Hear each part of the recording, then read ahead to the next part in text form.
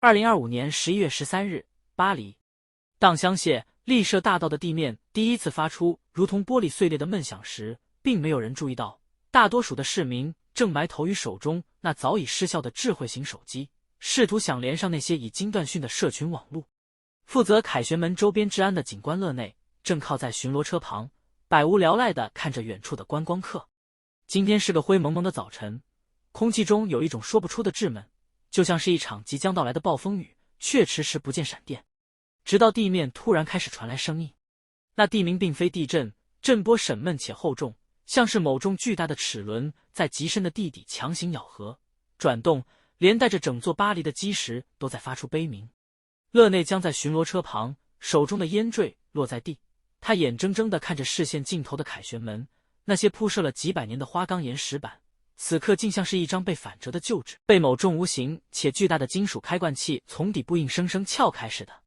巨大的石塊瓣隨着崩裂的煙塵激射而出，重重砸在香榭麗舍大道旁的咖啡館露台上，桌椅碎裂的木質脆響與玻璃炸開的聲浪，瞬間蓋過了原本寧靜的清晨。天啊！那是什麼？我的腿！誰能救救我的腿？快跑！那地板在裂開！快跑！尖叫聲如潮水般從四面八方湧來，原本悠閒的觀光客與上班族瞬間陷入了絕對的恐慌，人群推擠、跌撞，哭聲夾雜着金屬扭曲的尖銳摩擦聲。撤離！全體市民，立刻撤離！這不是地震！勒內猛然回過神，他幾乎是嘶吼着對着肩膀上的無線電狂吼，然而耳機裡傳來的卻只有如同暴雨般的刺耳雜訊。該死！指揮中心，聽到請回答。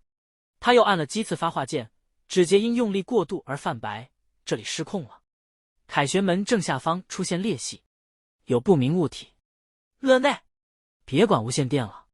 旁邊另一名年輕警員拉住他的制服，滿臉冷汗地指着崩塌處，你快看那底下，那根本不是石頭，那是會動的東西。隨着那名警員的指引，勒內看見崩塌的深淵中，一縷縷如濃稠油墨般的黑影正爭先恐後地湧出，所過之處，原本堅硬的石磚竟如被腐蝕般迅速化作暗灰色的粉塵。那些影像是什麼？周遭的人群徹底崩潰，有人跪在地上祈禱上帝，有人瘋狂地撞開車門，試圖發動車輛。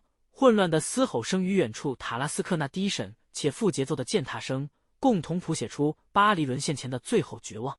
緊接着，從那道裂縫中竄出的不再是瓦礫與泥土，而是一縷縷漆黑、粘稠，如同潑灑在空氣中的油墨般的暗影。它們沒有確定的形狀，卻像是有着生命一樣，以一種違背物理定律的弧度滑行而出。一名試圖靠近的法國憲兵在距離裂縫不到10公尺的地方停下了腳步，他舉起手中的自動步槍，手指扣在扳機上，槍口噴吐出憤怒的火舌。然而，那足以穿透防彈鋼板的子彈，在接觸到那些黑影的瞬間，竟如同没入深潭的石子，連一點漣漪都沒有激起。黑影閃過，那憲兵甚至來不及發出一聲慘叫，他的身體便在那一瞬間被剖成了兩半，切口平滑的如同被最精密的雷射切割過。那是什麼鬼東西？勒內握着手槍的手開始劇烈顫抖。現在這裡完全陷入了瘋狂，原本秩序井然的廣場瞬間變成了一場踩踏的噩夢。勒內看到那些黑影在空氣中不斷膨脹分裂，他們開始有目標地向住人群密集的區域游走，凡是被黑影觸碰到的車輛、路燈，甚至是堅硬的銅製雕塑，都在瞬間枯萎腐蝕，最終化為一堆暗灰色的粉末。他拉起旁邊一名呆若木鸡的游客，瘋狂地衝向香榭麗舍大道的巷弄逃跑。在他身後，慘叫聲、金屬被撕裂的轟鳴聲，以及那種旁復來自的愈深處的沙沙聲，交織成一首瘋狂的挽歌。10分鐘後，第一批聞訊而來的法國陸軍裝甲連隊抵達了現場，幾輛勒克萊爾主戰坦克發動機的轟鳴聲蓋過了周遭的一切。車長站在車頂，試圖指揮隊行展開對裂縫的火網覆蓋。所有人，開火！把那些黑影給我燒前！隨着命令下達，火炮的轟鳴聲撼動了整個巴黎，那是人類文明的最後怒吼。穿甲彈帶着高溫與動能，狠狠地撞進了那片黑影的核心，巨大的爆炸引發了2次連鎖反應。然而，當煙塵散去，勒內躲在巷弄的轉角處，透過那亮上未完全燃燒的警車後視鏡，看見了讓他終生難忘的一幕。那些黑影並沒有散去，它們吸收了爆炸的能量，反而顯得更加濃郁，更加深邃。它們就像是一群捕食的野獸，開始向着坦克的裝甲發起反撲。那些足以抵禦穿甲彈的複合裝甲，在黑影的利爪下顯得脆弱不堪。黑影鑽進了坦克的履帶，鑽進了車身的接縫，鑽進了駕駛艙的氣孔。緊接着，整輛坦克發出了令人牙酸的金屬扭曲聲，像是被一雙無形的巨手捏成了一團廢鐵。駕駛的車長甚至來不及跳出來，就被那團黑影硬生生從座艙裡拖進了裂縫深處。巴黎淪陷了。勒內放下手槍，看着滿街的碎石與灰燼，他知道，這個他守護了20年的城市，在不到2小時的時間裡，已經徹底成為了牧場。而這僅僅是全球災變的一個縮影。空氣突然凝固了，隨後又是一連串令人心碎的轟鳴。原本那些如油墨般四處滲透的黑影，在凱旋門下方的地洞發出一聲怪異的尖嘯後，竟像是接收到了某種指令，瞬間向兩側退散開來，讓出一條空蕩的通道。那重擊竟詭異的可怕，連原本瘋狂的尖叫聲都戛然而止。街道上的人群像是被無形的力量壓制，只能僵硬地望向那深不見底的地穴。緊接着，地面再次發出那種令人作嘔的摩擦聲，伴隨着岩石崩解的巨響，一具龐大到近乎違背生物結構的軀體從那道裂隙中緩慢擠出。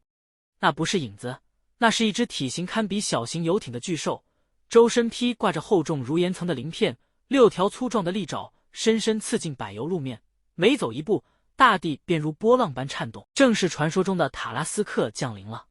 駝背脊上那如同龜甲般卻布滿尖刺的硬糙，在陽光下泛着幽冷的金屬光澤，口中噴出的綠色酸霧，剛接觸到路邊的路燈桿，那鋼鐵便瞬間化作一灘漆黑的液體，發出刺鼻的焦灼氣味。我的天，那是什麼東西？那不是黑影，那是真的。一名軍官透過望遠鏡看清巨獸的瞬間，握住通讯器的手抖的連訊號都對不準。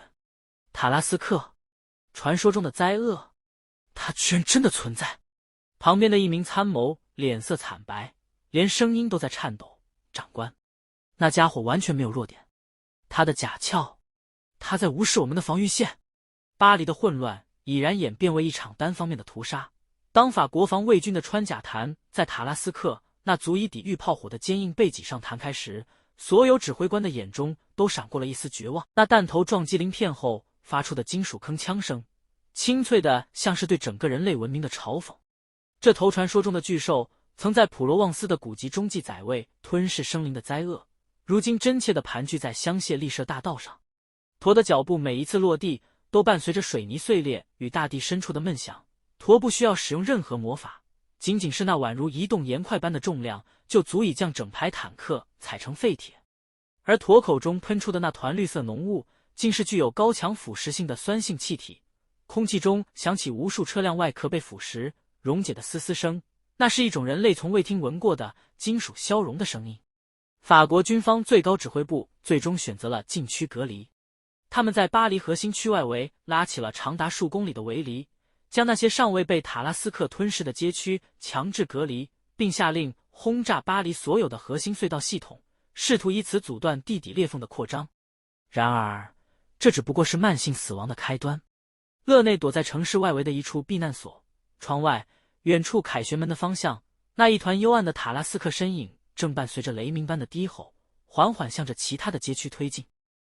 那一晚，他看到的不僅僅是一頭怪物，而是一整支由神話災厄組成的軍隊，更多的影狀生物，像是被塔拉斯克的氣味吸引，從地底不斷湧出。這些生物如同潮水般蔓延至塞納河，將整座光之城變成了灰暗的煉獄。消息透過最後一條尚未中斷的類比通訊線路傳向了歐盟各國。在接下來的一周裡，歐洲聯合防衛軍開始了一場前所未有的軍事轉向，各地的軍火庫被打開，導彈系統被拆解，數以萬計的士兵被要求進行近戰化改裝。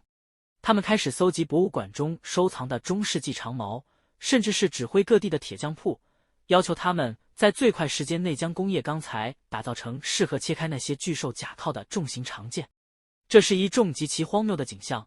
一群穿着西裝革履的科學家與渾身肌肉的鐵匠一同坐在工作桌前，研究如何將現代液壓技術與古老的鋼鐵鍛造配方結合。他們嘴裡不再討論導彈的射程與軌道，而是爭論着哪種合金配方能讓長矛在刺入塔拉斯克的鳞片時不至於直接斷裂。2025年11月20日，當最後一架從柏林起飛的戰術運輸機將數百噸的高碳鋼材運抵巴黎防線外圍時，整個人類社會已經在不知不覺中完成了一次從火藥到鋼鐵的集體退化。那不再是戰鬥，那是人類為了在神話的陰影下延續文明所進行的一場血腥的鐵器加工實驗。而在那遙遠的東方，莫斯科紅場上的雪也已經開始被那眾古老的蛇形巨獸 Z-May 的血跡正覆蓋住。